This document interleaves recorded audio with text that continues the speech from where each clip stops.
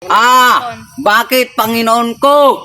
Bakit mo hinayaan pagtakslan ni Adolfo si Haring Linsayo at patayin ang aking ama?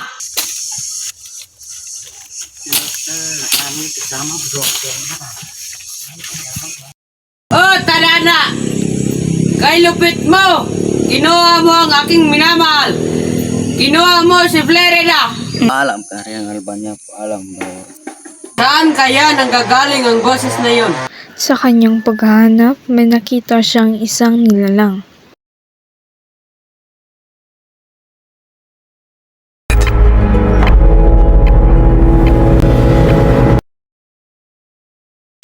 Parang nakita ko na ang taong ito.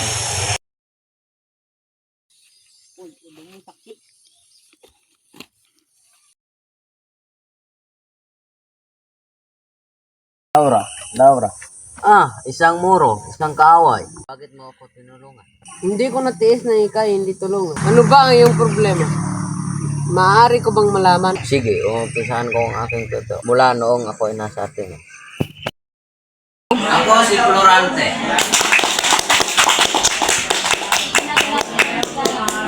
Maaari ko bang malaman ang iyong pangalan, Ginoo? Nais kitang maging kaibigan. Ako si Minandro, saan mo maging matalik ng aking kaibigan?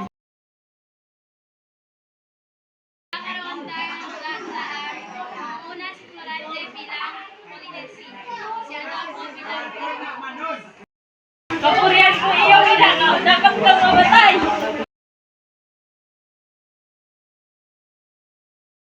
Kabutihan ng iyong pinamalas. Ito po isa kang Juan, Taksel. Adolfo, ano ang ibig sabihin nito? Wala kang lugar dito sa Atenas. Bumalik ka sa Albania.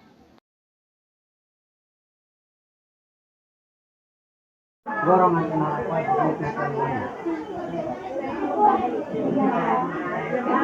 Dugay Brisio, nariyan ang iyong anak.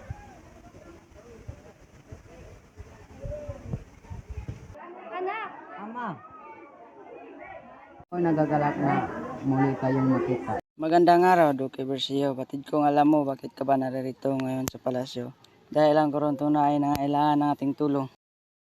Batid ko yon, siya si Florante, ang aking anak, kagagaling niya pa lang sa Atenas.